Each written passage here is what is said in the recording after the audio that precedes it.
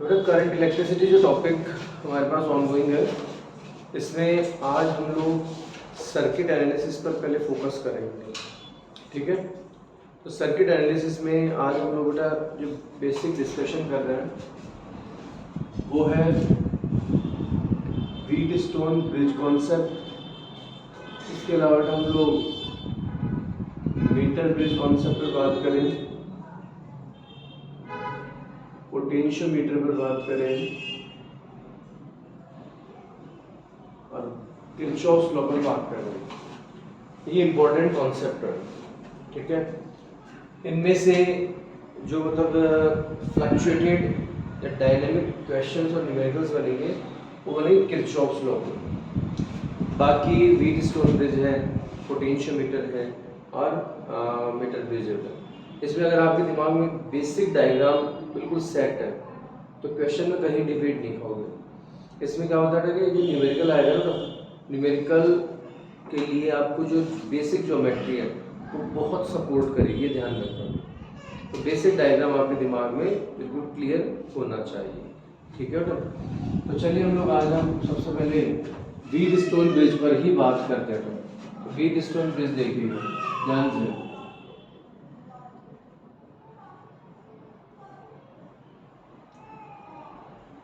बच्चों इंग्लैंड के प्रोफेसर थे, प्रोफेसर व्हीटस्टोन, और उन्होंने सबसे पहले इस कॉन्सेप्ट को इन्वेंट किया था। उन्होंने अननोन रेजिस्टेंस काउंट करने के लिए ये बेसिक सर्किट कॉन्सेप्ट बनाया था। अपने टाइम में काफ़ी इम्प्रूव्ड कॉन्सेप्ट था।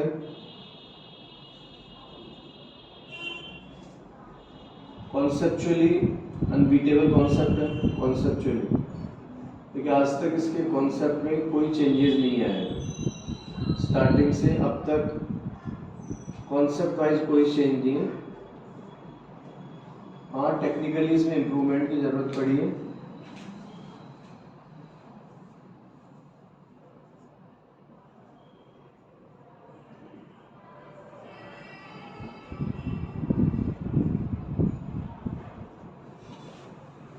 देखिए ध्यान दीजिए, तो ये जो अरेंजमेंट है, इस अरेंजमेंट ने फर्स्ट अटेम्प्ट दिया किसी भी अननोन रेजिस्टेंस को काउंट करने के लिए।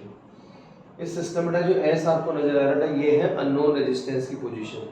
जिस भी वायर का रेजिस्टेंस आपको काउंट करना है उसको यहाँ पर आप इम्प्लीमेंट कीजिए और ये सर्किट, ये सेटलमेंट आपको कंपैरेटिवली इजीली वैल्यू प्रोवाइड कर देगा। तो अननोन रेजिस्टेंस काउंट करने का फर्स्ट मेथड था, ये प्रॉपर मेथड था। ठीक है, यहाँ पर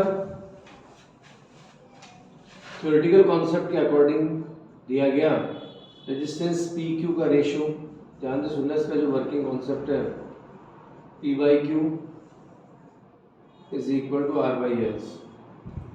इन केस अगर ये जो रेशियो है पी बाई क्यू और आर बाई एस ये सिमिलर है, इक्वल है, तो इस कंडीशन में जो डायगोनल साइड है बी डी, जैसे पोटेंशियल बी और पोटेंशियल डी सिमिलर होंगे, इक्वल होंगे। अब बी और डी अगर सेम पोटेंशियल पर है तो इसका मतलब potential difference B to D या potential difference D to B कितना रहेगा? 0, 0। बेटा बी और डी सेम पोटेंशियल पर है, इसका मतलब बी टू डी या D to B potential difference कितना है बेटा? 0। तो इस सिचुएशन में electric current flow through galvanometer remain 0। तो गैल्वेनोमीटर के थ्रू जो करंट फ्लो होगा वो कितना रहेगा? 0 रहेगा। तो ध्यान रखना पड़ेगा कि ये व्हीटस्टोन ब्रिज की बैलेंस कंडीशन है।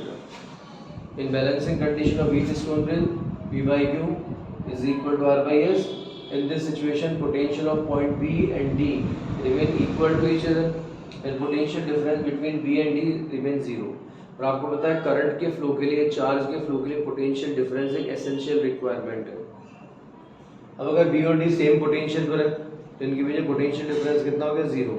तो इस ब्रांच में करंट का कोई फ्लो नहीं होगा। करंट का फ्लो नहीं है तो गैल्वेनोमीटर के थ्रू करंट कितना जा रहा है? 0। तो गैल्वेनोमीटर डिफ्लेक्शन 0 रहेगा, 0 रहेगा। इसे नेट डिफ्लेक्शन कंडीशन भी कही जाती है। ये व्हीटस्टोन की बैलेंस कंडीशन है। ठीक है, कोई दिक्कत नहीं है। तो बच्चों इस सिचुएशन में अब अगर P बाई क्यू और R बाई एस सेम है तो जो अननोन रेजिस्टेंस है एस, उसकी वैल्यू हम इजीली मैनेज कर सकते हैं Q R by V, yes no. तो अननोन रेजिस्टेंस आपको मिल जाता है। ये व्हीटस्टोन ब्रिज का बेसिक फंड है। पोटेंशियल कोई दिक्कत वाली बात नहीं कर। तो यहाँ पर बटे पी क्यू आर तीनों नोन रेजिस्टेंस है, एस अननोन रेजिस्टेंस है। साइड ए बी और बी सी को हम लोग क्या बोलते हैं, कंपैरिजन साइड, ए डी को नोन साइड और डी सी को अननोन साइड, ये साइड्स के नेम है। ये प्रेशर की केबल होती है, ऑप्शनल की होती है, आपकी रिक्वायरमेंट है तो आप इसे ऑन कीजिए, अदरवाइज ऑफ रखिए, ठीक है। ये कुछ बेसिक थीम है इसके बेटा। इन केस अगर ये बैलेंस कंडीशन में है, ये भी क्वेश्चन बनता है, तो आप सेल और बैटरी को यहाँ से रिमूव करके गैल्वेनोमीटर की जगह और गैल्वेनोमीटर को हटा के बैटरी की जगह रिप्लेस कर देंगे तो कोई भी टेंशन नहीं क्रिएट हुई, कोई भी चेंज नहीं आएगा बैलेंस कंडीशन में। तो व्हीटस्टोन जैसा बिहेव कर रहा है बैलेंस कंडीशन में, वैसा ही बाद में भी बिहेव करेगा, बशर्ते सेल को गैल्वेनोमीटर की जगह और गैल्वेनोमीटर को सेल की जगह हम लोग अटैच कर दें, रिप्लेस कर दें, ठीक है, कोई दिक्कत नहीं। अब बेटा इसमें क्वेश्चन जो बनेंगे ना, इन क्वेश्चन में हो सकता है कि आपको जैसे मान लीजिए रेजिस्टेंस आपको दे दिया, ठीक है, तो कुछ भी दे देगा ना, पी क्यू और आर दे दिया, कुछ भी 10 ओम 20 ओम 30 ओम कुछ भी दिया था, और इसकी वैल्यू भी दे देगा और फिर पूछेगा चलिए बताइए इसके पैरेलल में एक्स्ट्रा रेजिस्टेंस कितना अटैच करें सिस्टम बैलेंस्ड हो जाए। तो कंडीशन देखिए रहेगा P by Q R by S. अब देखो पी वी नोन होगा, क्यू आर, तीनों वैल्यू आपको दे दी जाएगी और इस रेजिस्टेंस की वैल्यू भी दी जाएगी आपको, और पूछेगा ये कि इसके पैरेलल में एक्स्ट्रा रेजिस्टेंस कितना अटैच करूँ मैं, सिस्टम बैलेंस्ड हो जाएगा। तो वहाँ पर ध्यान रखना जो एस की वैल्यू है वो फिर इन दोनों के पैरेलल कॉम्बिनेशन की इक्वल हो जाएगी। तो इस तरह की कंडीशन आ सकती है। इसी क्वेश्चन में अगर आपको थोड़ा सा और घुमाए तो आपको यहाँ पर कार्बन रेजिस्टेंस के फॉर्म में दिया जा सकता है। तो मान लीजिए एक एग्जांपल दे रहा हूँ, सपोज यहाँ पर कितना भी रेजिस्टेंस आना चाहिए, 5000 ओम आना चाहिए, एग्जांपल दिया, ठीक है। तो उसको आपको डायरेक्टली डेटाबेस ना देकर कैसे मंगा दिया ना, कार्बन रेजिस्टेंस के कलर कोड की फॉर्म में दे दिया, तो उस समय आपके दिमाग में कलर कोड होगा तो ही फिर आप इसे सॉल्व कर पाएंगे, वरना नहीं कर पाएंगे। तो इस तरह थोड़ा क्वेश्चन को घुमाया जाए, उसका मैनेज करें। अब क्वेश्चन आता है दिमाग में, यार अगर ये बैलेंस है तो ठीक है, बढ़िया है, लेकिन अगर ये ब्रिज अभी बैलेंस कंडीशन में नहीं है फिर क्या करेंगे। तो फिर ऐसे सिचुएशन में हम लोग किरचॉफ लॉ यूज करके या फिर नोडल एनालिसिस यूज करके फिर इसको सॉल्व करते हैं। इसमें हम लोग फर्दर बात करेंगे। ये पॉइंट क्लियर है अपने को, तो दिक्कत तो परेशानी नहीं। तो ये व्हीटस्टोन ब्रिज कॉन्सेप्ट है, ठीक है। अब व्हीटस्टोन पर्टिकुलर व्हीटस्टोन का जो वर्किंग कॉन्सेप्ट है तो शानदार अनबीटेबल है, जैसा मैं कह चुका हूँ, लेकिन इसका जो वर्किंग प्रोसेस है या जो खुद डिवाइस है वो इतनी अच्छी नहीं है। इसमें कुछ ड्रॉबैक्स हैं। क्या क्या ड्रॉबैक है? फर्स्ट, ये सेंसिटिव डिवाइस नहीं है, तो एक तरह यूज़र फ्रेंडली नहीं है, इसमें बहुत टाइम लग जाता है कैलकुलेट करने में। सेकेंड थिंग, इसमें बेटा पी क्यू आर और एस, अब यहाँ पर नॉन और अननोन रेजिस्टेंस में मेजर डिफरेंस नहीं हो सकता। ऐसा नहीं हो सकता कि नॉन रेजिस्टेंस मान लीजिए 10, 20, 30 ओम के आसपास है और अननोन रेजिस्टेंस आपने 5000 ओम यूज़ कर लिया, तो ये काम नहीं होगा, इसमें काम नहीं कर पाएगा। सेकेंड थिंग, वेरी लो और वेरी हाई दोनों तरह के रेजिस्टेंस में ये कॉन्सेप्ट फेल हो जाता है। तो इसमें कुछ लिमिटेशंस है।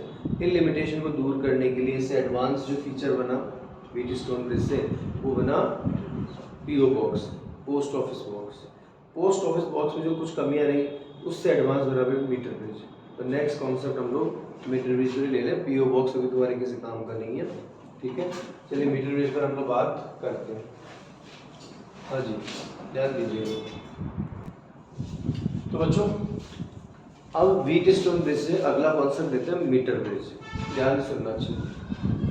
बट मीटर ब्रिज का वर्किंग कॉन्सेप्ट व्हीटस्टोन ब्रिज के इक्वल है, लेकिन इसकी सेंसिटिविटी बहुत अच्छी है, ठीक है, ओके।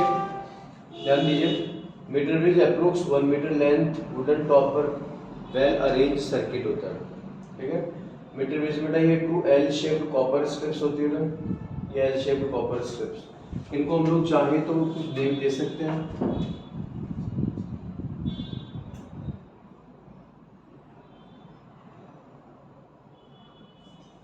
हाँ जी, क्या अगर एल शेप्ड कॉपर स्ट्रिप्स है AF और CN, ठीक है, इनके सामने बेटा कुछ गैप हम लोगों ने दिया और गैप देने के बाद में एक straight strip with 3 connecting terminal assemble की हम लोगों ने HDM। ओके, जो गैप है FH, इसमें आप लोगों ने रेजिस्टेंस बॉक्स अटैच किया for known resistance R। Gap MN में आपने अननोन रेजिस्टेंस कनेक्ट किया S।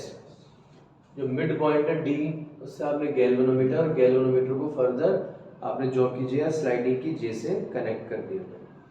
ये सिस्टम, ठीक है। मीटर ब्रिज का बेटा ये जो है AC, ये जो वायर आपको दिखाई दे रहा है metre bridge wire A to C, metre bridge wire, ये इसका इंपॉर्टेंट पार्ट है। तो मीटर ब्रिज जो वायर है आपके पास A to C, ये कॉन्स्टेंटन, यूरेका, मैग्नीन, इस तरह के अलॉय मेटल का होता है। फर्स्ट प्रॉपर्टी जो दिमाग में रखनी है। सेकंड, इसका स्पेसिफिक रेजिस्टेंस कंपैरेटिवली हाई होता है। थर्ड, इसके लिए alpha, thermal coefficient of resistance और रेजिस्टिविटी बहुत कम होना चाहिए, बहुत ही कम होना चाहिए। तो रेजिस्टेंस की टेम्परेचर में डिपेंडेंसी नेग्लिजिबल होनी चाहिए, ताकि टेम्परेचर के साथ रेजिस्टेंस में कोई वेरिएशन ना हो सके, ठीक है। थोड़ा ये अलॉय मेटल का बना हुआ है। जो वायर है उसके लिए स्पेसिफिक रेजिस्टेंस कंपैरेटिवली हाई होना चाहिए, थर्मल कोफिशिएंट रेजिस्टिविटी बहुत कम होनी चाहिए। लेंथ 1 मीटर, तभी इसको मीटर ब्रिज सर्किट कहा जाता है। और क्रॉस सेक्शन एरिया आइडेंटिकल, तो वायर का cross section area throughout identical रहना चाहिए। ये है बेटा metre bridge wire AC। Done, कोई दिक्कत नहीं। ये जो कनेक्टिंग पॉइंट है A एंड C, इनको आप फर्दर असेंबल कीजिएगा किसी सेल और बैटरी से, और आगे हम लोगों ने की कनेक्ट कर दिए, ठीक है। पोटेंशियल, कोई दिक्कत नहीं। मीटर ब्रिज में जो भी हम लोगों ने नेमिंग दिएगा उसको ध्यान दीजिए, ABCD, तो ABC and D, ठीक है बेटा।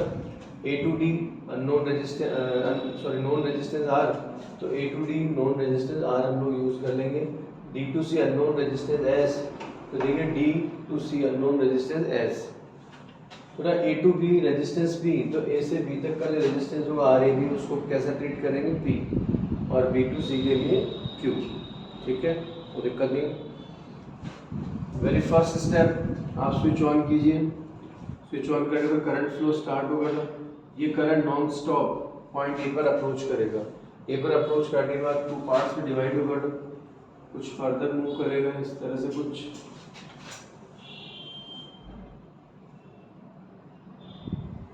और रिमेनिंग करंट स्ट्रेट फॉरवर्ड निकल जाएगा। पॉइंट C पर फिर से कंबाइंड होगा करंट, और वापस से आउटपुट में चला जाएगा। क्या सारा सिस्टम आपको समझ में आता है? तो दिक्कत है। अब यहाँ पर जो स्लाइडिंग की J है, उसको आप पहले A और C पर टच करते हैं तो अपोजिट डिफ्लेक्शन मिलना ही चाहिए, ठीक है। कोई कॉन्सेप्चुअल क्वेश्चन आ गया तो दिमाग में रहना चाहिए हल्का फुल्का। फिर बेटा जो स्लाइडिंग की J है या जॉ की J है, इसको वायर पर रैंडमली हम लोग कनेक्ट करेंगे और एक ऐसा पॉइंट भी आइडेंटिफाई करेंगे। तो देखिए, ऐसा पॉइंट भी आपको आइडेंटिफाई करना है जिस पर आपने जॉ की J या स्लाइडिंग की J को कनेक्ट किया, तो पॉइंट B और ये पॉइंट D सेम पोटेंशियल पर आ जाए।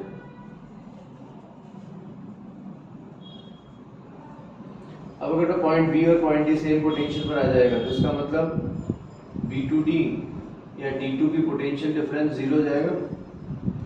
और इस सिचुएशन में गैल्वेनोमीटर के थ्रू B to D या D to B करंट का फ्लो भी 0 रहेगा। तो तब वापस से बैलेंस कंडीशन आ गई। ये सिचुएशन में B की स्टोर में थी और ये मीटर ब्रिज में आपको मिलेगी, ठीक है। 12th स्टैंडर्ड में आप जब भी प्रैक्टिकल आप लोगों ने किया होगा, थोड़ा बहुत दिमाग में होगा, तो चीज़ आपने वहाँ भी परफॉर्म की है, ठीक है। तो गैल्वेनोमीटर 0 डिफ्लेक्शन दे रहा है और ये बैलेंस कंडीशन है, तो इसमें क्या रहेगा, P by Q is equal to R by S, और known value S is equal to QR by P। Okay बेटा, डन। अब बच्चों यहाँ पर आपके दिमाग में होना चाहिए कि हम लोगों ने एजम्पशन किया रेजिस्टेंस पर यूनिट लेंथ कितना लिया, R डैश। तो रेजिस्टेंस पर यूनिट लेंथ कितना, R डैश। यूनिट लेंथ का रेजिस्टेंस R डैश है। थोड़ा ध्यान देना, पॉइंट B को हम क्या बोलेंगे, बैलेंसिंग पॉइंट। क्या बोलेंगे, कंडीशन को बैलेंस कंडीशन ऑफ सर्किट। तो हाई पोटेंशियल पॉइंट A, ये हाई पोटेंशियल क्यों बोल रहे हैं, वो बैटरी के पॉजिटिव से कनेक्टेड है। तो हाई पोटेंशियल पॉइंट A से चौकी J के लिए बैलेंस पॉइंट B तक का जो लेंथ है वो मैंने क्या लिया, L1, दैट इज L। तो बैलेंस पॉइंट से लो पोटेंशियल पॉइंट है C, वहाँ तक की लेंथ L2 कितनी होगी, 100 minus L। Complete length 1 metre है, तो 100 सेंटीमीटर ट्रीट करें तो A2 की लेंथ कितनी है L, तो B2C कितना होगा 100 माइनस L। ठीक, वायर के लिए रेजिस्टेंस पर यूनिट लेंथ कितना लिया आपने R डैश, तो देखिए ध्यान से RAP इट मींस P कितना होगा, यूनिट लेंथ का रेजिस्टेंस कितना R डैश और लेंथ कितनी है L1 इट मींस L। इस तरह से B2C रेजिस्टेंस कितना है Q, यूनिट लेंथ का रेजिस्टेंस है R डैश, तो लेंथ कितनी है टोटल B2C कितनी है L2, सुन रहे हैं,